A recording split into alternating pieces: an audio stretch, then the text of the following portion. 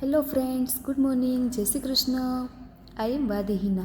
Welcome to my YouTube channel. ધોરણ 8, વિષય English.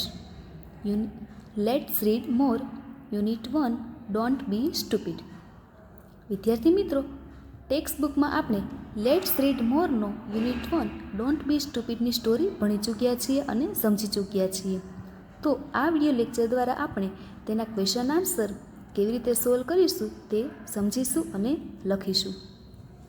તો તૈયાર છો ને મારી સાથે સ્વાપોથી પૂરવા માટે? Question 1, complete the following sentences selecting the correct option. શું કહ્યું છે કે નીચે આપેલા વાક્ય પૂર્ણ કરો. તેની નીચે આપેલા ઓપ્શનમાંથી સાચો વિકલ્પ પસંદ કરી આપેલ વાક્ય પૂર્ણ કરો. પહેલો છે, this is the story of ખાલી જગ્યા. ઓપ્શન એ 3 ફ્રેન્ડ્સ એટલે કે 3 મિત્રોની. બી 3 બિગ મેન એટલે કે 3 મોટા માણસોની. સી 3 ફિશિસ એટલે કે 3 માછલીની. તો આ સ્ટોરી આપણે ભણી ચૂક્યા છીએ કે 3 માછલીઓની, માટે તેનો આન્સર આવશે C 3 fishes. Second, stupid lost his life because. સ્ટુપિડે તેનું જીવન ગુમાવ્યું. બીકોઝ કારણ કે. Option A he follow clever's advice કે તેણે ક્લેવરની સલાહ માની હતી, તેનું અનુકરણ કર્યું હતું. B he did not follow clever's advice, તેણે ક્લેવરની સલાહનું અનુકરણ કર્યું નહોતું. C he was caught in the net, તે નેટમાં ફસાઈ ગઈ, તે નેટમાં પકડાઈ ગઈ. તેનો આન્સર આવશે C he was caught in the net. Third, words of clever's friends made him ખાલી જગ્યા. ક્લેવરના મિત્રોના શબ્દો સાંભળી ક્લેવર શું થયું ક્લેવરને? A happy, B sad, C mad. Happy એટલે ખુશ, દુઃખી કે ગાંડી? તો આવશે બી સેડ. એનો આન્સર છે sad. Question 2, who said the following sentences? Write their names. એટલે કે નીચે આપેલા વાક્યો કોણ બોલે છે તેમના નામ લખો. First, we will get a lot of money. આપણે ઘણા બધા રૂપિયા તેના દ્વારા મેળવીશું. કોણ આવું બોલે છે? મેન બોલે છે, બરાબર. ત્યાં માછલી પકડવા આવવાના હતા તે માણસો એટલે કે man. Second, we shall come tomorrow with a big net. આપણે અહીં કાલે મોટી ઝાડ લઈને આવવું જોઈએ, તે મેન બોલે છે. Third, I will be safe. હું અહીં સુરક્ષિત હોઈશ. તો એવું વાક્ય લેઝી બોલે છે, બરાબર. તો એનો આન્સર આવશે lazy. Fourth, what big man say they never do. મોટા માણસો જ બોલે છે, તે કશું કરતા નથી, તે ક્યારેય કરતા નથી. આવું સ્ટુપિડ ફિશ બોલતી હતી, માટે તેનો આન્સર છે stupid. Fifth, this lake is full of fish. આ તળાવ માછલીઓથી ભરેલું છે. આવું મેન બોલતા હતા, એટલે કે તેનો આન્સર આવશે મેન. ત્યારબાદ question 3, read the following paragraphs from the lesson. એટલે કે પાઠમાં આપેલો નીચેનો પેરેગ્રાફ વાંચો અને તેના પરથી આપણે ક્વેશ્ચન આન્સર આપવાના છે. તો રીડ કરીએ પહેલાં. There was a lake in a forest where lived 3 big fish. જંગલમાં એક તળાવ હતું કે જ્યાં 3 મોટી માછલીઓ રહેતી હતી. They were called clever, lazy and stupid. તેમના નામ ક્લેવર, લેઝી અને સ્ટુપિડ હતા. They were friends. તેઓ મિત્ર હતા. One day, Clever heard some people talking by the side of the lake. એક દિવસ તળાવ બાજુથી ક્લેવર માછલીએ કેટલાક લોકોનો અવાજ સાંભળ્યો, કેટલાક લોકોને વાતો કરતા સાંભળ્યા. They were saying, તેઓ વાતો કરી રહ્યા હતા કે This lake is full of good fish. આ તળાવ સારી માછલીઓથી ભરેલું છે.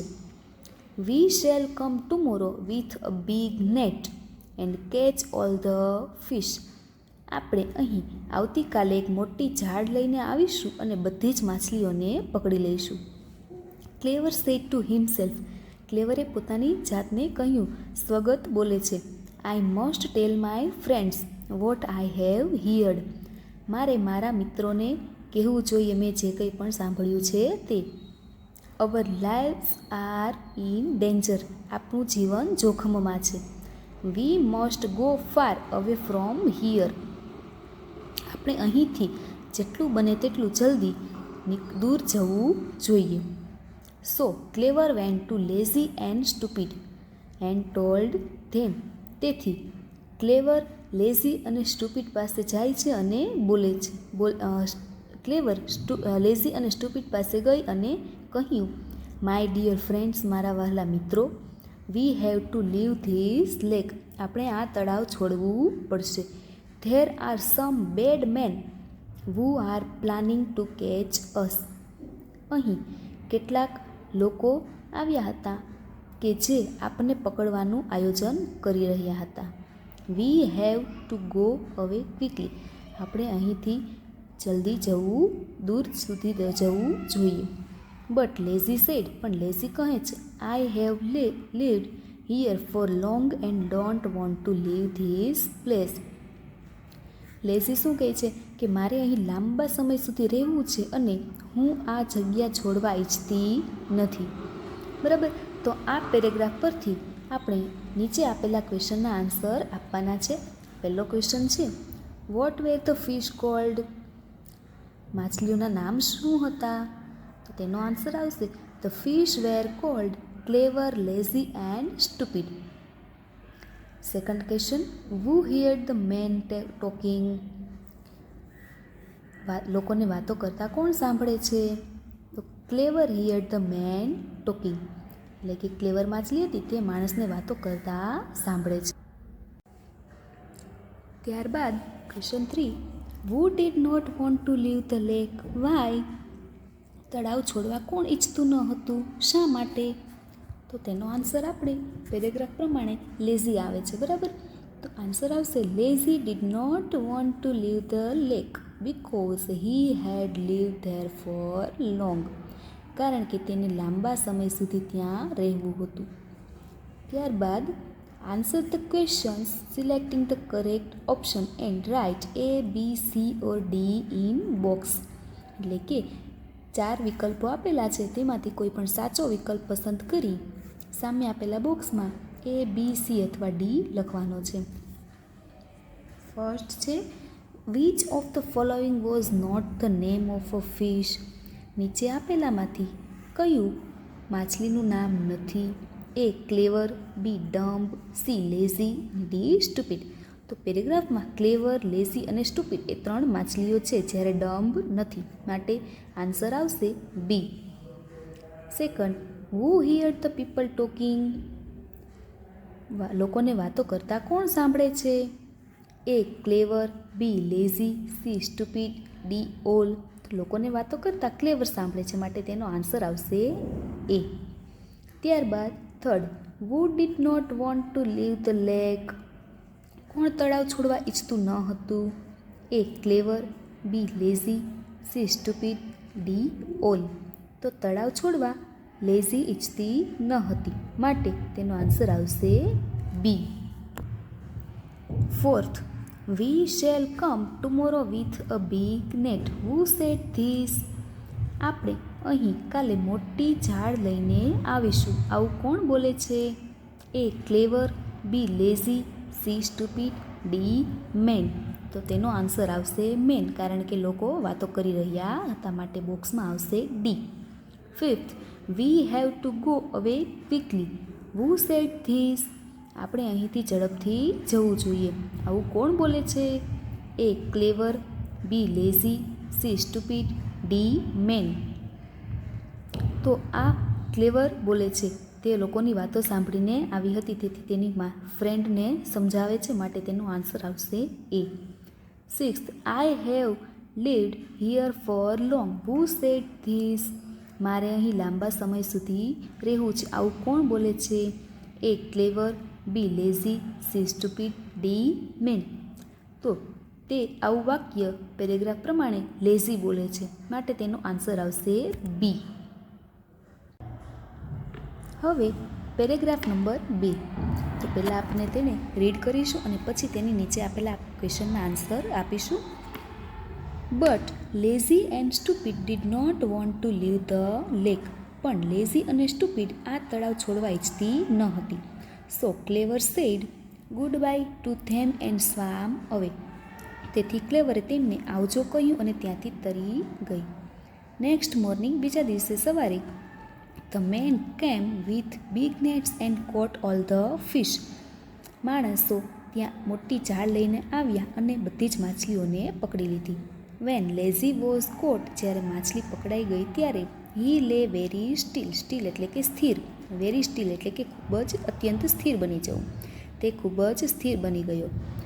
આફ્ટર ઓલ, છેવટે, he was lazy but not stupid. છેવટે તે આળસુ હતી. લેઝી એટલે આળસુ, બટ નોટ સ્ટુપિડ. સ્ટુપિડ એટલે મૂર્ખ, પણ તે મૂર્ખ હતો નહીં. He did not move at all. તેણે કોઈ જ હલનચલન આપી નહીં. When the man saw him, જ્યારે માણસે તેને જોયો, they thought him to be a dead. તેઓએ તેને મૃત વિચાર્યું. So they took him out of the net and threw away on the sand. તેથી તેઓએ તેમને નેટમાંથી બહાર કાઢ્યો અને રેતીમાં ફેંકી દીધું. Van nobody was looking at હિમ, જ્યારે કોઈની નજર તેના પર નહોતી ત્યારે lazy slipped back into water and was safe. ત્યારે લેઝી ધીમેથી પાણીમાં તરી ગયો અને સુરક્ષિત બની ગયો. તો આ તો આપણો સેકન્ડ પેરેગ્રાફ. હવે તેની નીચેના ક્વેશ્ચન આન્સર જોઈશું. તો પહેલો ક્વેશ્ચન છે, who did not want to leave the lake. કોણ તળાવ છોડવા ઈચ્છતું ન હતું?